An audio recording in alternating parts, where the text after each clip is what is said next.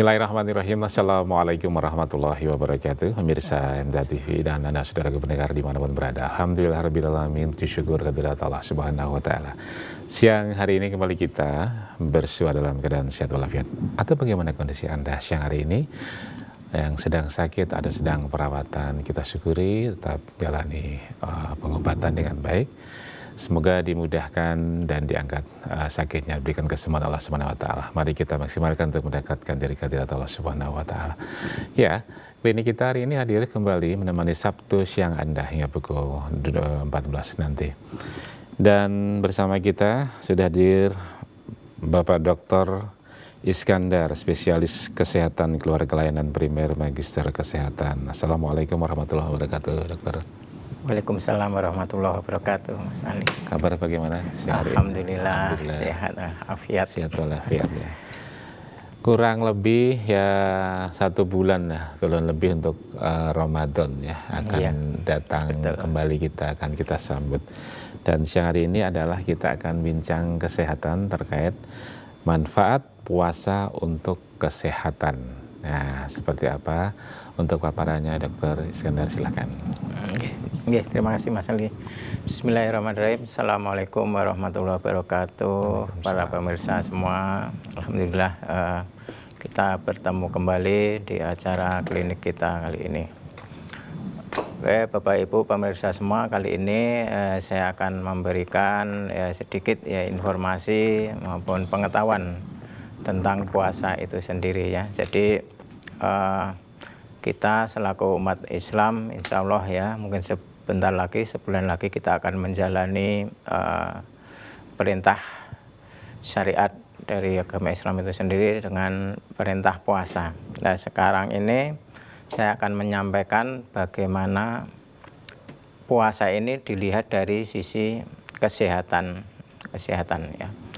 Dan apa yang saya sampaikan ini tidak menghilangkan apa nanti yang niat dari Bapak Ibu semua, bagi kita semua dalam menjalankan puasa itu tetap kita niatkan untuk beribadah lillahi ta'ala, karena Allah ta'ala. Dan ini perspektif bagaimana puasa ini terhadap kesehatan. Bapak Ibu semua pemirsa, bahwa puasa ini adalah semacam proses detoksifikasi atau menghilangkan semua sampah-sampah dalam tubuh kita ya. Semua zat-zat yang tidak berguna dalam tubuh kita itu akan bersih, istilahnya akan disapu bersih, diamankan, dibuang ke tempat sampah atau dikeluarkan dari tubuh kita melalui proses yang namanya proses puasa ya. Kenapa sampai seperti itu? Yuk mari kita ikuti ya bagaimana proses puasa ini bisa bermanfaat untuk kesehatan. Selagi kita makan ya, kita memasukkan unsur-unsur nutrisi ya ke dalam tubuh kita, yang mana nutrisi ini digunakan untuk tubuh kita untuk satu itu memperbaiki sel atau menjadi bahan-bahan dari sel itu sendiri, dan yang kedua menjadi sumber energi ya. Nutrisi ini kan ada 3 yang kita makan ya. Ada 2 garis besar, 1 makronutrisi, 2 mikronutrisi. Kemudian makronutrisi inilah sebagai bahan baku utama kita untuk proses membuat energi dan proses untuk membentuk sel-sel baru atau proses regenerasi namanya. Apa makronutrisi? Yaitu asam amino yang disebut protein dalam rantai besarnya, kemudian asam lemak, rantai besarnya disebut lemak, kemudian glukosa, nah, rantai besarnya disebut karbohidrat.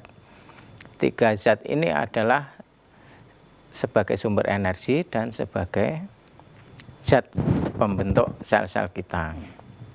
Ketika kita makan, maka zat-zat tersebut itu akan diserap dalam pencernaan, masuk ke usus halus dan masuk ke pembuluh darah ya, Kemudian ketiga zat ini nanti akan beredar dalam darah kita. Kemudian kalau ada kelebihannya ya, kalau itu berupa karbohidrat, lemak itu akan disimpan dalam jaringan lemak kita kalau ada kelebihan ya. Kemudian tubuh kita itu sudah punya semacam sensor tersendiri, artinya tubuh kita itu tidak mengizinkan karbohidrat, gula kita itu melebihi 125 mg. Karena kalau melebihi itu akan bersifat korosif ya. Sama seperti gula pada umumnya. Besi direndam dalam larutan gula, lama-lama besi itu akan berkarat.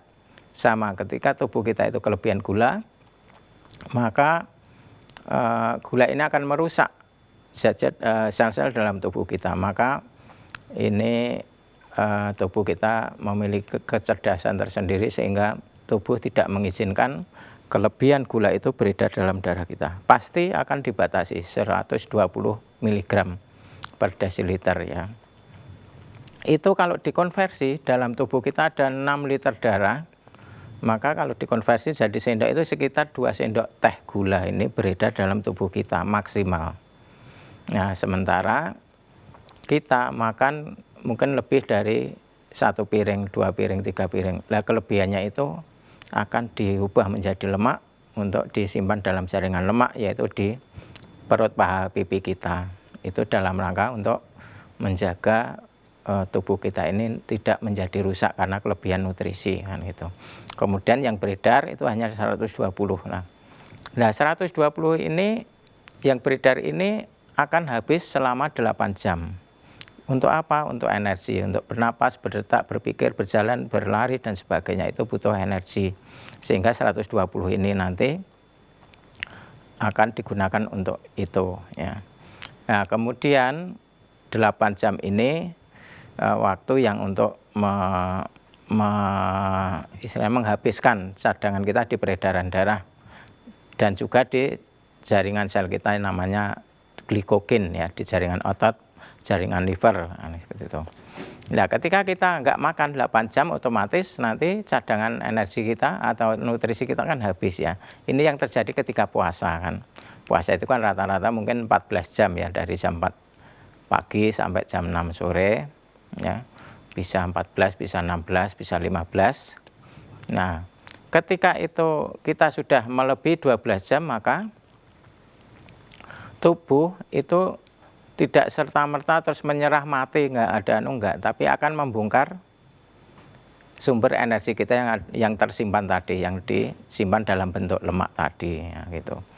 Nah, ketika kondisi puasa, tubuh selain butuh energi juga butuh asam amino atau protein dan lemak, yang mana itu didapatkan dalam tubuh kita ya, yang tersimpan. Nah, ini termasuk salah satunya ya Bapak Ibu, sel-sel kita yang sudah mati ya, artinya yang sudah tidak digunakan, itu nanti akan dibongkar, didaur ulang ketika kita puasa, ketika kita lebih dari 12 jam nggak makan. Nah, ini dalam rangka tubuh itu untuk menjaga, menyelamatkan diri ya. Artinya tubuh itu tidak membiarkan sel-sel kita itu menyerah gitu aja, tapi tubuh akan berusaha mencari sumber nutrisi yang digunakan untuk mengganti sel-sel yang rusak. Nah, ketika kita puasa otomatis kita kan nggak makan. Berarti tubuh kita mencari bahan-bahan dalam tubuh kita yang digunakan untuk mengganti sel-sel yang baru nanti ya. Maka di sini tubuh itu akan mendaur ulang semua sampah-sampah dalam tubuh kita yang tidak berguna, itu akan dikumpulkan ya, dimasukkan dalam tempat sampah ya. Tempat sampah itu namanya itu awalnya itu retikulum endoplasmik. Jadi itu dalam sel itu akan dikumpulkan semua ya. Kemudian setelah terkumpul nanti akan dimasukkan dalam mesin daur ulang. Mesinnya itu namanya lisosom, yaitu ada di dalam sel. Itu kalau Bapak Ibu pernah dapat pelajaran biologi, nah itu ada lisosom. Lisosom itu adalah mesin untuk mendaur ulang sampah-sampah itu tadi. Jadi termasuk sampah di sini hormon yang tidak digunakan lagi, sel yang sudah mati, sel darah merah itu kan umurnya 3 bulan. Ketika 3 bulan kan mati, lah itu akan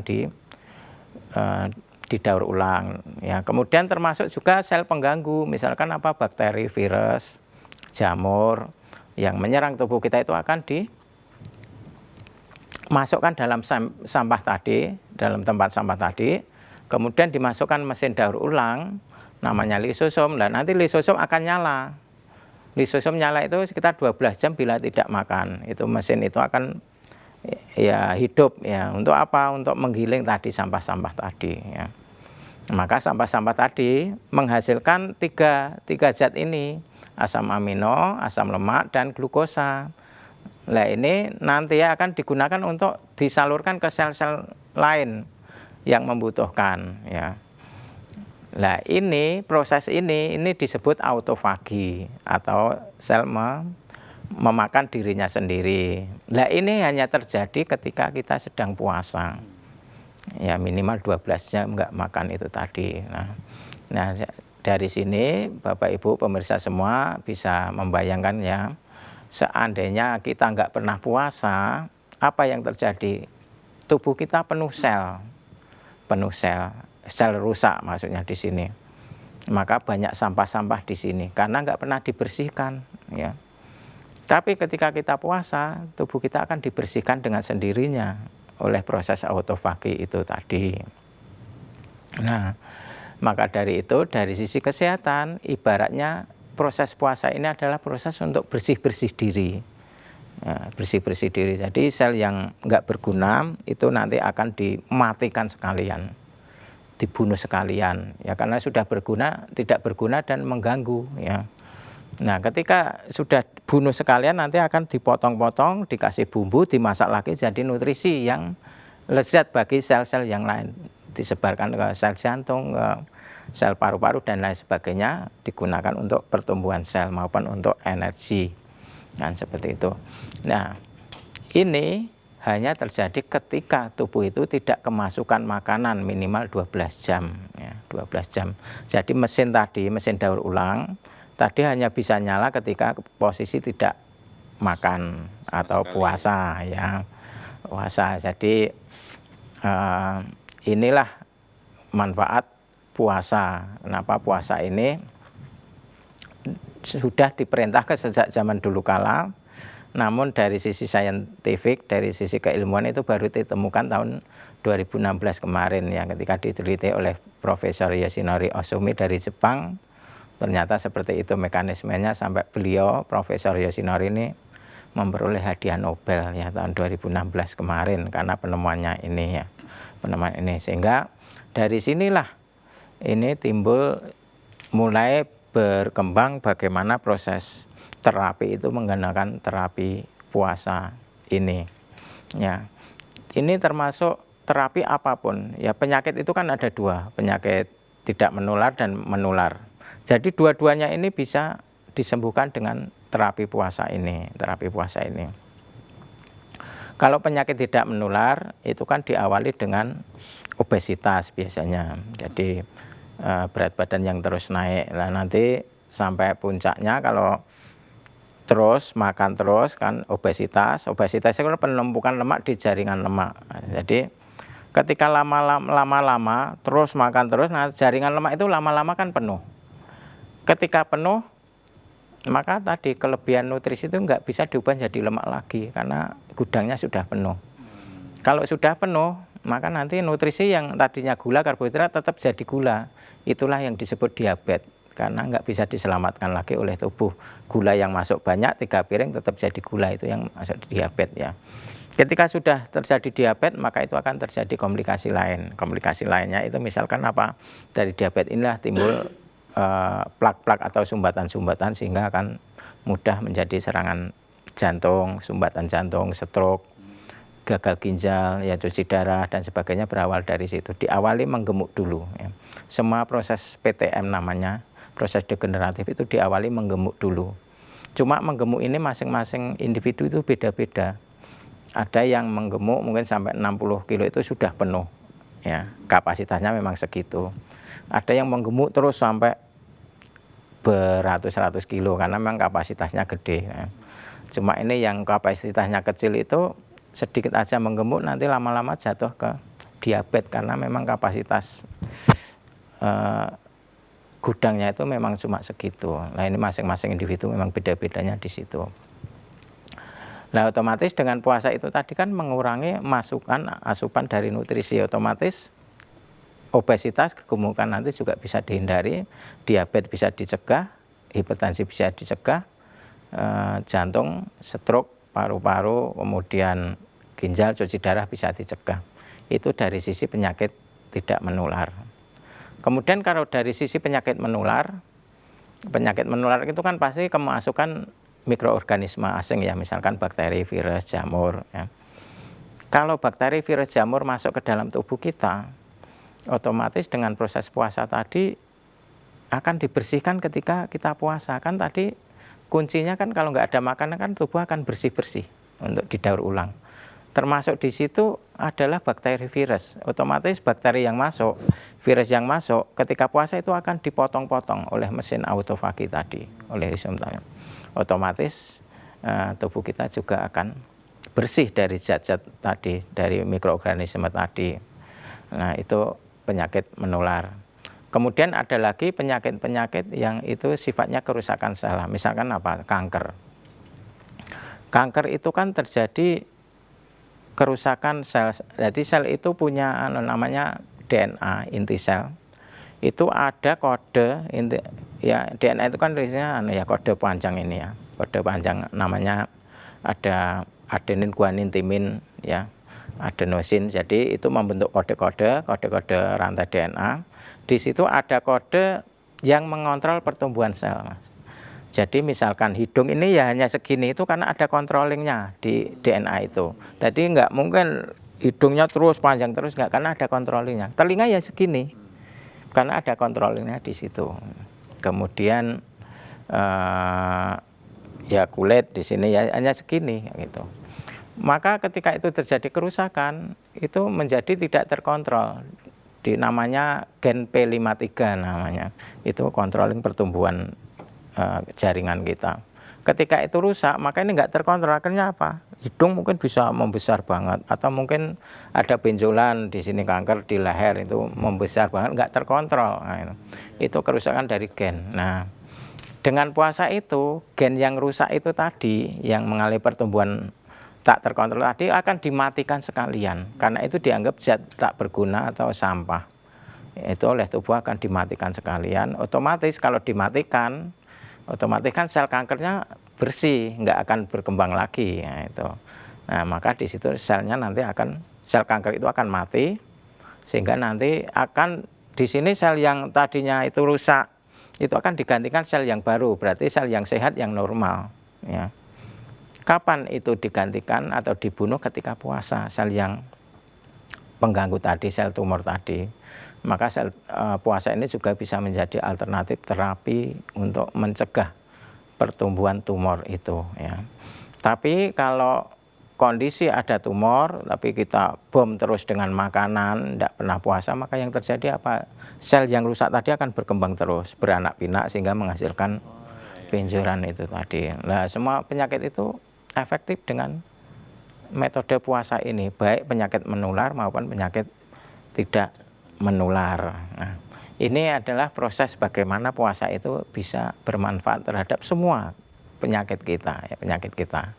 Ya, namun puasa ini, karena puasa ini memang sedikit berbeda dengan puasa syar'i. Ini namanya puasa medis atau intermittent fasting. Ini boleh minum karena proses air masuk asal nggak ada gula, nggak ada zat-zat itu, kalori, itu tidak mematikan mesin autofagi tadi atau mesin daur ulang. Jadi mesin daur ulang itu syaratnya nyala itu kalau insulin itu berada di level rendah. Insulin rendah itu kalau gulanya itu rendah ya. Jadi pengontrol gula itu kan insulin ya. Semakin banyak gula masuk, insulin akan naik. Karena insulin itu memang gunanya untuk menetralkan gula. Kalau nggak ada gula masuk, nggak ada karbohidrat masuk, insulin juga rendah. Ketika insulin itu berada di level rendah, ini nyala mesin lisosomnya, mesin daur ulangnya. Karena memang untuk upaya untuk mencari energi. Nah, gitu. Nah, kalau kita makan ya mesin ini akan berhenti nyala ya. Maka ya nanti sampah-sampah nanti ya tetap berada di dalam tubuh kita. Maka antara makan dan puasa ini harus silih berganti, artinya kita tidak boleh makan terus tanpa ada puasa. Kita pun juga nggak boleh puasa terus. Karena kondisi puasa itu membersihkan sel, membunuh sel-sel yang rusak.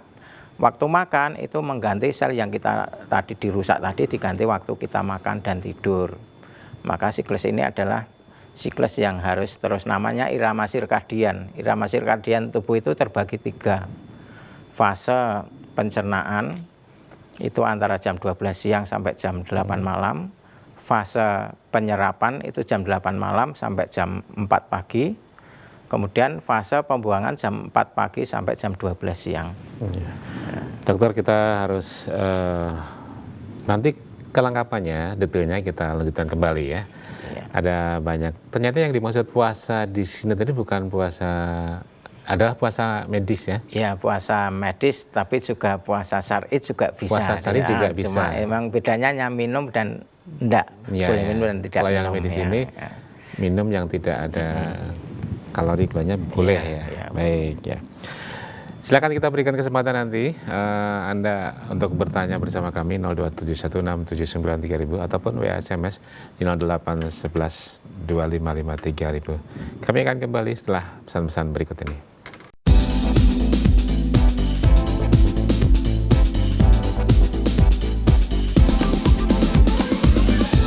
Baik, terima kasih Anda masih bergabung bersama kami. Kali ini kita masih bincang di klinik kita bersama Dr. Iskandar, spesialis kesehatan keluarga layanan primer Magister Kesehatan. Kita masih bincang terkait dengan manfaat puasa untuk kesehatan. Kalau dari yang kita perbincangan tadi, untuk Anda yang ingin menuju berat badan ideal, ingin mengurangi berat badan yang berlebihan, karena ternyata dengan berat badan yang berlebihan itu mengganggu ibadah sholat kita juga ya dok ya. Ya, betul. Misalkan ada yang duduk tahiyatnya tidak sempurna atau bagaimana, karena ya mengganggu itu namanya, sehingga ibadah kita nggak sempurna. Mungkin ini bisa jadi acuan jalan seperti tadi.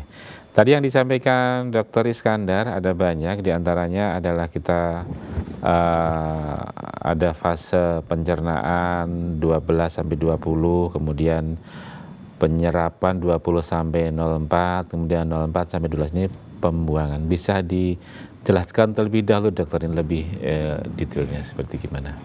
Ya, Mas. Jadi irama sirkadian ini adalah irama dari tubuh kita karena memang itu diatur oleh alam ya Bapak pemirsa. Jadi alam ini secara langsung maupun tidak langsung itu diatur oleh adanya siang malam,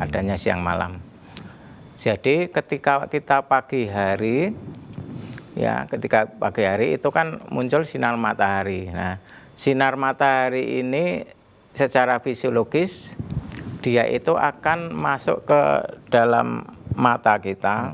Mata kita nanti itu ditangkap oleh retina. Nah, retina ini nanti disalurkan melalui SCN atau namanya suprachiasmatic nervosa, saraf yang menghubungkan antara retina ini ke otak. Nah, otaknya ini yang tempat menangkapnya adalah hipotalamus ya. Nah, hipotalamus ini pusatnya hormonal, pengatur hormon. Ketika ada sinar matahari ditangkap itu, maka hormonal ini akan memproduksi namanya hormon kortisol. Hormon kortisol ini disebut juga hormon stresor. Nah, hormon kortisol ini adalah hormon yang memerintahkan tubuh kita itu untuk bergerak, untuk beraktivitas, berolahraga, bekerja, artinya untuk menghidupi kebutuhan fisik tubuh kita. Nah, itu secara tidak langsung itu diperintahkan oleh sinar matahari kan itu. Nah, maka ketika pagi hari itu kondisi tubuh yang normal itu kita bekerja, bergerak, artinya membuang energi kita dibuang, disalurkan di situ ya. Nah, ini terjadi ketika pagi hari sampai jam 12 siang itu hormon kortisol, hormon tadi, hormon yang dikeluarkan oleh hipotalamus kita itu akan naik. Itu adalah waktu yang tepat untuk bergerak, untuk bekerja. Maka tidak boleh masuk waktu-waktu ini pemirsa semua itu tidur atau ngorok santai, tidak boleh. Itu memang harus bekerja. Nah, di saat ini adalah fase pembuangan. Artinya energi disalurkan, dibuang. Sisa-sisa dari pembuatan energi tadi akan menghasilkan keringat. Ya, keringat. Ya, itu harus dibuang. Ya, kemudian termasuk ya menghasilkan ya urin, BAB itu waktu-waktu ini harus dibuang. Maka pagi hari subuh itu ya membuang urin, BAB, BAK ini waktu yang tepat untuk membuang.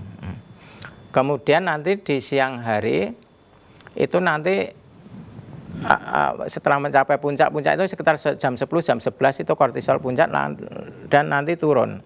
Ketika turun ini adalah waktu yang tepat untuk mencerna makanan. Jadi makanan yang masuk ke dalam tubuh kita yang paling bagus ketika kortisol mulai turun. Ketika mulai turun ini waktu yang tepat tubuh kita memasukkan sumber makanan. Nah, nanti sampai maghrib ya, sekitar maghrib sampai nanti jam 8 batasnya. Nah, itu adalah waktu yang tepat untuk memasukkan makanan nutrisi kita. Nah, kemudian jam 12 sampai jam 8 ini waktu yang tepat untuk makan. Kemudian jam 8 kan sudah malam. Itu makanan yang kita kumpulkan waktu siang tadi sampai sore tadi itu waktunya dicerna, diolah. Diolah lah. Ketika mengolah dan itu dijadikan sebagai untuk regenerasi membangun sel itu dilakukan, bangun sel itu dilakukan ketika kortisol ini berada di level terendah dan hormonnya berganti dengan hormon melatonin ya. Melatonin itu hormon yang diproduksi oleh namanya kelenjar pineal ya. Kalau kortisol tadi kan kelenjar hipotalamus. Kalau ini pineal. Pineal ini mengeluarkan hormon ini ketika kondisi sedang rileks, sedang gelap. Ya, tidak ada sinar matahari. Maka ini adalah waktu yang tepat untuk tubuh itu membuat sel-sel baru. Ya, membuat hemoglobin, membuat kuku, membuat rambut, membuat sel kulit dan sebagainya. Itu terjadi ketika kita tidur dan dalam posisi kita tidak ada sinar matahari gitu. Nah, itu maka itu butuh nutrisi dan itu diserap dari usus kita dan dari pembuluh darah. Maka jam 8 sampai jam 4 ini waktu yang tepat untuk istirahat, untuk tidur, untuk membangun sel dalam tubuh kita. Maka ketika membangun sel ini jangan sampai kita makan. Memang harus istirahat betul.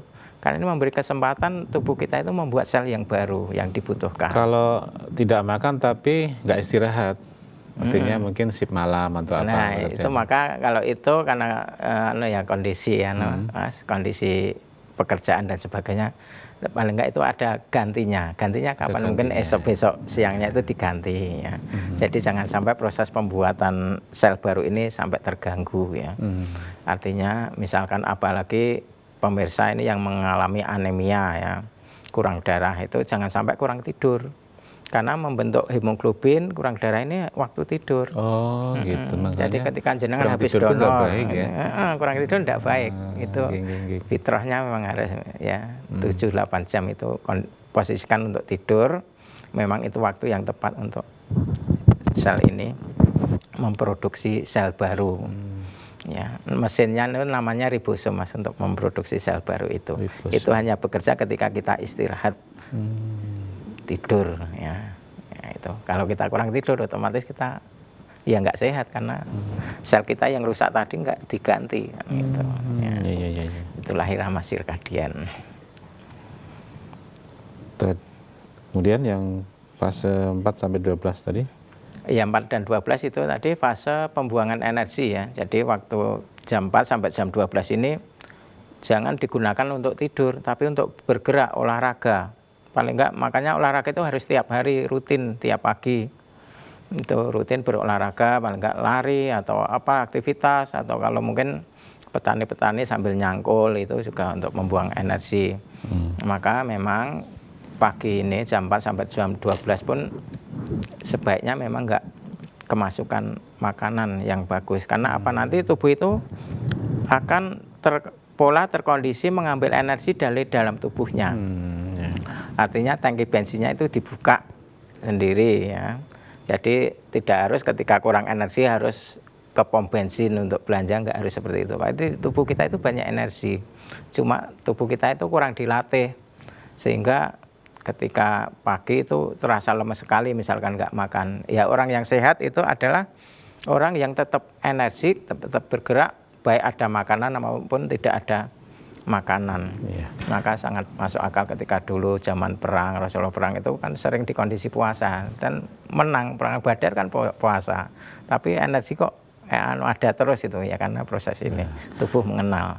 Baik dokter, ini ada beberapa WA yang sudah masuk ke redaksi. Yang pertama dari Ibu Kartini di Mojokedang. Tinggi badan saya 160, kemudian berat badan 78 kilo.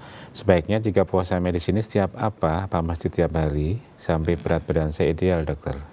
160 dan 70 ya. 78. 78.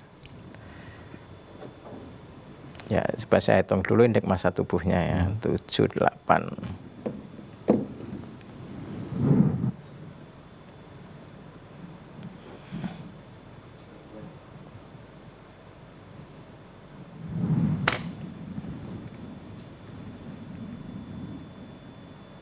Ini mencari ideal, target idealnya gitu dok? Iya, kayak itu targetnya.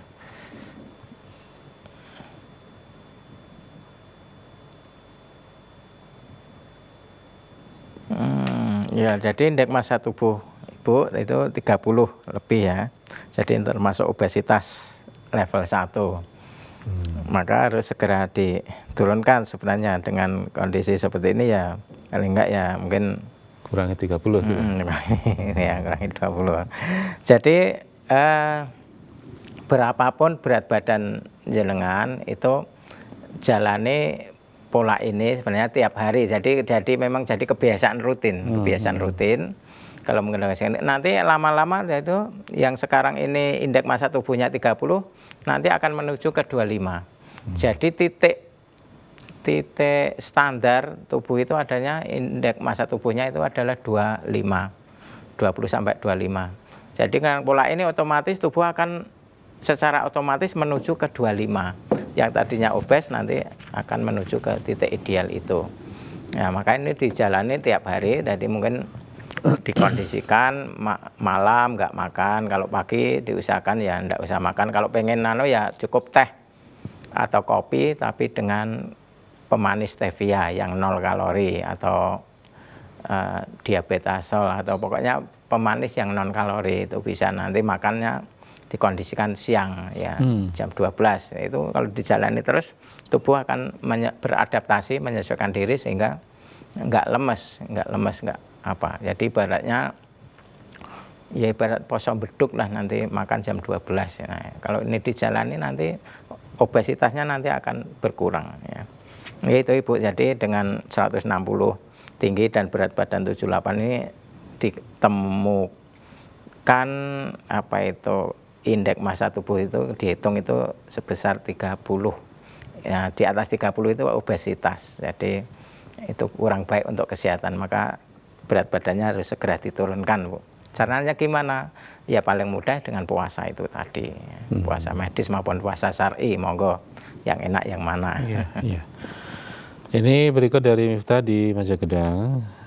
Yang pertama, dokter, apakah jika buang hajat atau fase pembuangan tidak pada waktunya, sore atau malam, apakah dikategorikan tubuh tidak sehat? Kemudian apakah BAB yang tidak setiap hari bisa juga dikategorikan tubuh tidak sehat, dokter? Iya, oke. Jadi yang ideal sehat memang pembuangannya di fase itu ya jam 4 sampai jam 12 yang enak, yang bagus. Jadi ada sebagian memang mungkin terasanya yang tidak jam itu ya monggo nggak masalah. Yang pasti upayakan tiap hari itu BAB atau jangan sampai melebihi 3 hari nggak BAB. Ini sangat berbahaya karena apa? BAB itu adalah proses detox, artinya membuang zat-zat kita yang tidak berguna itu kan lewat urin dan lewat BAB. BAB itu kan intinya racun-racun dalam tubuh kita itu kan dibersihkan tubuh, nanti dialirkan lewat cairan empedu. Cairan empedu nanti lewat saluran empedu nanti dibuang ke usus, nanti dibuang lewat feses. Nah, maka kalau itu terjadi pembuangan setiap hari, maka otomatis yang racun yang tadi dibuang lewat pencernaan kita itu otomatis kan dikeluarkan terus. Tapi kalau 3 hari nggak BAB, itu berbahayanya apa? Racun tadi akan diserap kembali ke dalam tubuh, beredar lagi ya, masuk. Nah itu yang nggak boleh. Makan diusahakan yang penting tiap hari bisa BAB, atau maksimal itu 3 hari, jangan sampai lebih dari 3 hari nggak BAB. Kalau lebih dari 3 hari nggak BAB, itu yang harusnya keluar dari tubuh kita itu diserap kembali di usus besar itu. Maka BAB ini juga penting, itu dalam rangka membuang toksin-toksin kita itu kan lewat BAB itu. Ya, untuk jam mungkin ya enggak apa-apa, enggak jam itu mungkin terasanya memang malam atau enggak apa-apa, cuma memang yang tubuh yang normal ya yang pagi hari itu yang bagus ideal. Gitu. Kemudian dari Mbak Retno di Purworejo, dokter, puasa medis itu apa juga seharian? Sekarang kan lagi musim pada batuk pilek, apakah bisa diterapi dengan puasa medis? Kita sudah mengamalkan puasa Senin Kamis. Ya, untuk ibu yang sudah mengamalkan Senin Kamis maupun puasa Daud itu bisa itu juga mendukung proses ini pembuangan racun-racun atau toksin-toksin. Jadi caranya gimana? Caranya gini Bu. Jadi misalkan ya besok hari Kamis ibu mau puasa. Nanti jam 20, jam 8 malam nanti ibu terakhir makan. Setelah itu jangan makan lagi. Nah nanti sahurnya itu pakai teh atau kopi aja, pakai stevia. Jadi enggak usah makan berat atau enggak usah pakai nasi, enggak usah pakai roti, ya cukup minum aja, itu aja. Kalau pengen energi ya pakai VCO bisa itu. Jadi lemak-lemak yang yang murni itu. Yang murni itu bisa. Jadi lemak murni itu tidak membatalkan autofagi. Jadi kenapa kita cari pola seperti itu, supaya nanti kan jam 8 malam berhenti, otomatis kan nanti autofagi mesin daur ulang kita kan nyala kan 12 jam ya. Jam 8 tambah 20 ditambah 8 itu berarti berapa? 28 itu berarti jam 4. Ya jam 4 pagi itu kan mesin autofagi nyala. Otomatis virus-virus tubuh ya yang menyebabkan batuk-batuk itu nanti akan disembuhkan ketika mulai jam 4 pagi itu tadi. Karena kan sudah mulai nyala. Nah nanti jam 8 sampai maghrib, jam 4 pagi sampai maghrib itu kan proses terus membersihkan terus. Ya nanti ketika buka puasa maghrib itu otomatis tubuh kita ya sudah bersih, virus-virus itu sudah bersih gitu. Tapi kalau nanti jenengan jam 4 itu makan besar, lah nanti mesinnya mati lagi jam 4 itu. Nanti nunggu 8 jam lagi ya. Nanti mungkin masih jadi nanti sore. Jadi masukkan makanan itu menjadikan mesin mati? Iya, mesin mati intinya gitu. Jadi makanan nutrisi yang mengandung gula protein itu menyebabkan mesin daur ulangnya mati kan itu. Maka nanti eman-eman gitu lah ya, sisan aja nanti jam 4 cukup minum aja. Kalau minum tawar tanpa kalori itu tidak menyebabkan mesin mati kan itu. Intinya seperti itu. Kalau nanti sekaligus puasa Ramadan itu biar bisa seiring gitu. Sahurnya apa dok? Sahurnya yaitu teh atau kopi tawar atau pakai stevia aja. Jadi tidak usah kemasukan makronutrisi yang lain. Ya, yang tidak menyebabkan mesin mati itu lemak murni mas. Misalkan VCO, minyak zaitun itu tidak menyebabkan mesin mati. Tapi kalau protein, gula, karbohidrat itu yang paling cepat menyebabkan mesin mati. Oh gitu ya, karbohidrat. Ya ini menarik sekali bincang-bincang kita dokter, namun kita sudah di penghujung waktu. Mohon maaf untuk pemirsa yang belum bisa terbacakan. Ada beberapa pertanyaan sudah masuk ke redaksi kami, baik yang di WA maupun yang di SMS. Insya kita akan berusaha di lain kesempatan dokter ya, kita bisa hadirkan kembali. Dokter di ujung perjumpaan ada yang ingin ditegaskan dokter, silakan. Iya, Bapak Ibu semua pemirsa, jadi ke depan kita ya sebulan lagi kita memasuki bulan Ramadan ya. Jadi di bulan Ramadan ini nanti adalah ya di samping ya kita menjalani ya karena perintah Allah SWT, kita nanti juga di situ ada proses ya bersih diri dalam tubuh kita. Maka nanti maksimalkan itu kita jalani dengan baik, dengan lillahi ta'ala, dan nanti setelah itu ya kita kan sudah modal ya punya adaptasi ya, tubuh sudah beradaptasi ya. Jadi kalau hari pertama, kedua kan jenengan pasti terasa lemes karena memang belum adaptasi ya. Mungkin ya sahur nanti, kemudian nanti jam 12 saja sudah terasa perih banget. Tapi nanti di hari ketiga, keempat, kelima itu akan terasa enak ya. Sudah nggak perih lagi, itu karena sudah adaptasi lah. Ketika nanti hari ke-30 selesai Ramadan, coba ini terus disambung terus dengan puasa sunnah ya. Baik itu puasa Senin Kemis, puasa Daud, atau puasa yang lain, Yaumul Bid. Jadi itu nanti akan mengkondisikan bahwa tubuh kita memiliki adaptasi yang bagus ya. Maka ketika itu sudah adaptasi, kita enak menjalani puasa, otomatis secara rutin tubuh kita akan dibersihkan oleh proses puasa ini ya. Jadi di sini mungkin saya menghimbau, yuk kita galakkan terus setelah puasa wajib ini nanti kita sambung terus dengan puasa sunnah ya. Di satu sisi tetap diniatkan lillahi ta'ala, di sisi lain kita mengambil manfaat dari sisi kesehatannya. Mungkin itu Mas. Insya Allah ada banyak pelajaran, ada banyak catatan untuk kita pemirsa dari apa yang disampaikan Dr. Iskandar. Terima kasih dokter waktunya, insya Allah kita bersama di kesempatan yang lain. Assalamualaikum warahmatullahi wabarakatuh. Waalaikumsalam, terima kasih. Ada banyak ilmu, ada banyak pelajaran yang bisa kita dapatkan pemirsa. Sampai di sini gelaran klinik kita menemani Anda semuanya. Saya Ali Rahman, pamit undur. Terima kasih. Assalamualaikum warahmatullahi wabarakatuh.